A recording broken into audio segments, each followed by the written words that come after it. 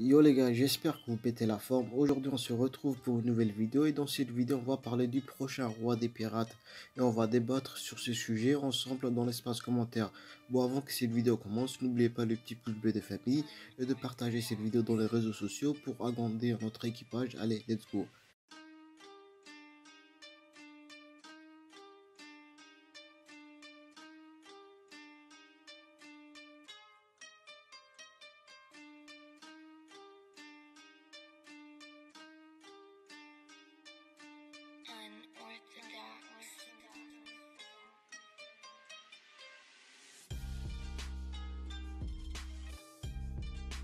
Bon, pour moi, il y aura un roi des pirates avant Luffy et pour moi, c'est Barbe Noire. Bon, avant que vous me tuiez dans l'espace commentaire, laissez-moi vous expliquer pourquoi.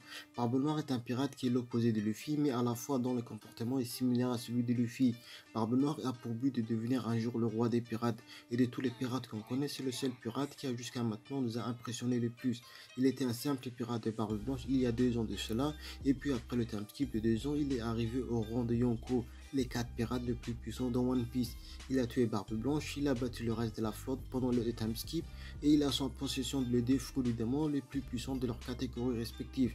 On peut ne pas aimer ce personnage qui est certes dégueulasse, mais faut admettre que c'est le seul personnage jusqu'à maintenant qui a réussi les plus grandes prouesses dans One Piece, même devant Monkey D. Luffy, que est le personnage principal de cette série. Et Barbe Noire représente tout simplement la piraterie. D'ailleurs, le nom Barbe Noire vient d'un célèbre pirate très dangereux, réputé et surtout très craint pour sa cruauté. Et Marcel Litige représente parfaitement cela. Et donc pour moi, pendant un court moment, il va devenir le roi des pirates. Et vous allez me dire comment?